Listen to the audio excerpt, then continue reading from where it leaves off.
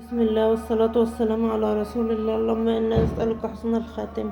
حبايب قلبي، ما تنسونيش في الاشتراك وتفعلوا زر الجرس واكتبوا لي تعليق حلو. ربنا يسعد قلوبكم يا رب، وشاهدوا الفيديو للآخر.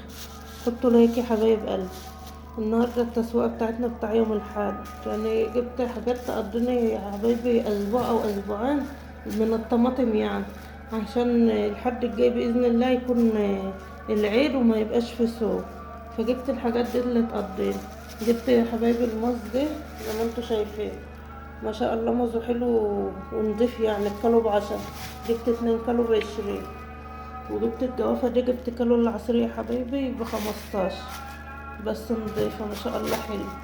والطماطم دي يا حبايب قلبي ب8، بس ما شاء الله نضيفة، يعني طماطم حلوة، هي صغيرة على كبيرة بس جامدة وحمرا. جبت ب50 جنيه، كيلو وربع ب10، جبت ب50.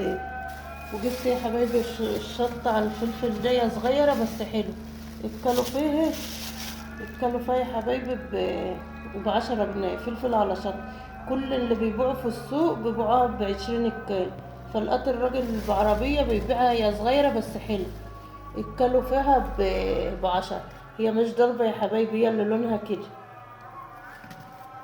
يبقى كده جبنا الطماطم يا حبايبي الكيلو وربع ب10، جبت ب50 جنيه عشان تقضيني بقى اسبوعين. والبرتقال ده ب5 يا حبايبي. جبت بردك 3 جبت ب30 جنيه 6 كيلو. والاناناس ده ب15 يا حبايبي، جبت بردك كيلو. يبقى كده الاناناس ب15 والبرتقال ب5 والفلفل على شطة ب10 والطماطم ب8 والموز ب10 يا حبايبي. والجوافة ب15. والخضرة دي اللي هي خضرة المحشي يا حبايبي، التلات ربط دول ب5، بس ربط ما شاء الله كبيرة وحلو. التلات ربط ب5. يبقى دي تسويقتنا يا حبايبي. الحاجات اللي انتوا شفتوها دي جبتها ب150 جنيه، الطماطم والموز والجوافة والحاجة اللي انا وريتها لكم دي، كل ده ب150 جنيه.